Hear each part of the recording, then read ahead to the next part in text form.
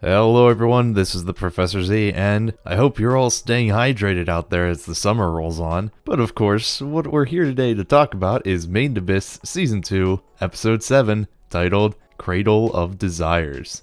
So, we start off back at the Suicide Corpse's first entry into the Golden City. One of the robots gets attacked by a creature, and the group decides to retreat. We then cut to a little later in the day. The group having decided to tie up the bots, rightfully believing that they had been purposefully led into a trap. The bots, who have quickly picked up on the human language, explained that they hadn't accounted for so many people attracting nearby monsters. The group then learns that these machines are interference units, meant to gather information. The one bot states that the corpse have a new language and new outward appearances. Now, they could just mean that they haven't encountered humans before, or it's possible that they're comparing them to people that they've previously met. Wazukian wisely uses the bot's interest in them in order to learn more about the Abyss. The first thing they try out now that they're here is to see if the altar can take them back to the 5th layer. Now, some may say they already know the curse exists, why even attempt this? Well, firstly, they don't have any of the knowledge that the people of today have, and secondly, for all they know, the altar protects them as you ride it back up. So they use a Narahede who is clutching a white whistle in order to get the altar moving again. Sadly for the two poor sods who went up, they were not coming back down in one piece. With nowhere left to go, the group decides to set up base within the Golden City and make the best of their new situation. However, settling in a new land is not easy, and the Suicide Corps soon find themselves with a dwindling water supply. The interference units are assisting with search for a new supply, but due to them, being robots, they can't tell where the curse will and will not activate. Waco then spots some writing on the floor which she cannot read. However, Irimui is capable of reading it, and this is something that Bailiff takes great interest in, hoping that she'll be able to teach the others about this language. We then cut to a later time where Waco is asking Irimui about where the residents of the Golden City could have gone. Irimui says that they are no longer here, but according to her village's legends, the residents looked like people, but with patterns on their bodies. This also connects to my previous theory from earlier about the bots comparing the corpses' people to the people they had previously met. As Irimui and Waco are conversing, they are called out to help with something. It seems like these little guys have taken up shop within some of their helmets. Despite living in such a hostile environment, they're surprisingly docile. Seeing Irimui with the creature reminds Waco of her own experience, and she pushes to let Irimui keep it. Luckily, Bailiff and Wazukian agree to let her keep it under the pretext of research. Well, now's a good enough time as any to mention this, because I feel like if I didn't bring it up, it would be commented on relentlessly. There is a single panel from the manga that is cut out later, and suggests that these two here are a couple. Why suggests? Well, it's never really expanded upon besides the one panel where they're seen in bed together. So there, for anyone who is going to comment that I didn't mention it, you can rest easy now. Back to reality though, Bailiff successfully located 5 sources of water that wouldn't be hindered by the curse. The 2 largest fall under the territories of various predatory creatures. One has a large iron tower in it which has polluted the water, and another is so hot that even the bots can't get close to it. So that leaves one other option. So a group heads out to investigate it in order to verify its safety. A quick note, it is possible to get rust out of water. It's actually a common feature in most water filtration systems. Heck, to an extent, rust in water isn't even harmful.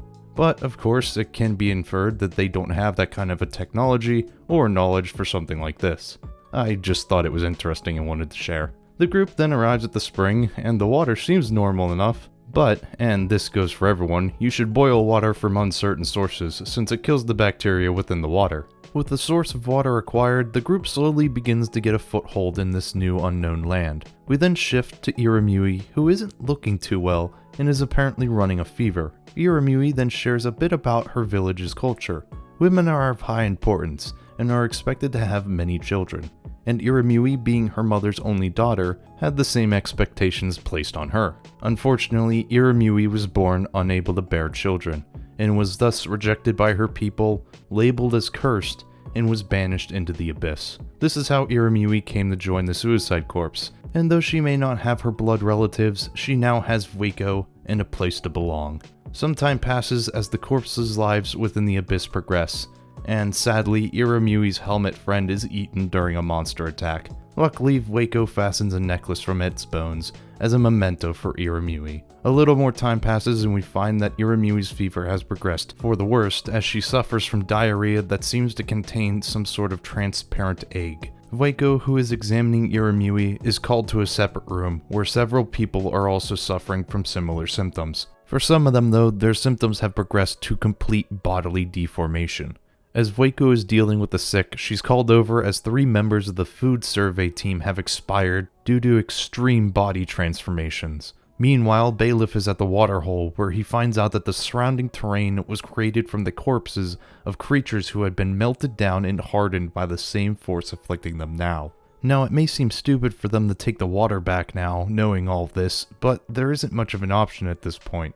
Except, I don't know, try another source? I know that 2 of them are in dangerous territory, but I think I'd try my chances with the monsters over the body-melting water. Heck, I'd even take my chances with the iron water at this point. Back to Waco though, Wazukian has found an egg-shaped relic in one of the food survey team's bags. This egg, however, would mark a turning point for the Suicide Corpse's adventure. Bailiff then returns and informs them of their situation. The water is alive and it's killing them all. It's actually pretty simple. This doesn't stop Wazukian from downing a glass of it though. Bailiff then comments on the fact that they no longer have a safe water supply. Keyword being safe. There are other options, guys. You don't have to keep taking your chances with the murder water. Wazukian then takes the egg to ask the bots about it. We learn that the egg is a Cradle of Desires, and when touched directly, it grants your wish. But if the egg corrupts you, you'll end up like the food survey team members. Adults are too complicated for the egg, thus it takes the innocence of a child to effectively use the cradle. Waco would be pushed to resort to the egg's power as Irimui begins to succumb to the water. After begging Wazukian, Waco is given permission to give the egg to Irimui, as a gamble to save them all, since even Bailiff has now fallen ill. Wazukian is sure, however, that Irimui will save them. Waco, after giving Irimui the egg, awakes the next morning to find that she's okay. Kinda. While yes, Irimui's pain is gone, her hand is still messed up, and now she has an egg in her chest. Bailiff and Wazukian both agree that it's just best to see where things go from here. As the days pass, more and more people would grow ill, and on one of those days, Waco would find that Irimui's body had begun to mutate.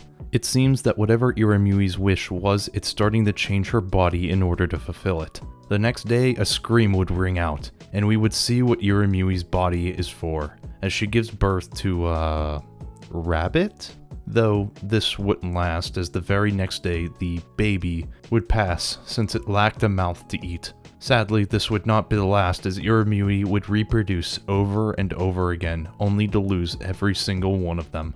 As Irimui continues to suffer due to her corroding dream, Waco falls ill as well. It seems that the illness drives your thirst up, which makes you continuously seek out the water. But as Waco is losing her strength, Wazukian arrives with a bowl of soup, which seems to cure her of her illness. However, what was in that soup that saved her? Well, we'll have to wait until the next episode to find out. This episode, however, was just as dark as I was expecting. And just you wait, folks, because it's only going to get better from here. But that's all for today. Make sure to like and subscribe in order to support the channel, and comment down below about what you thought about this episode. And as always, everyone, make sure you stay hydrated. And this has been the Professor Z, and I will see you all next time.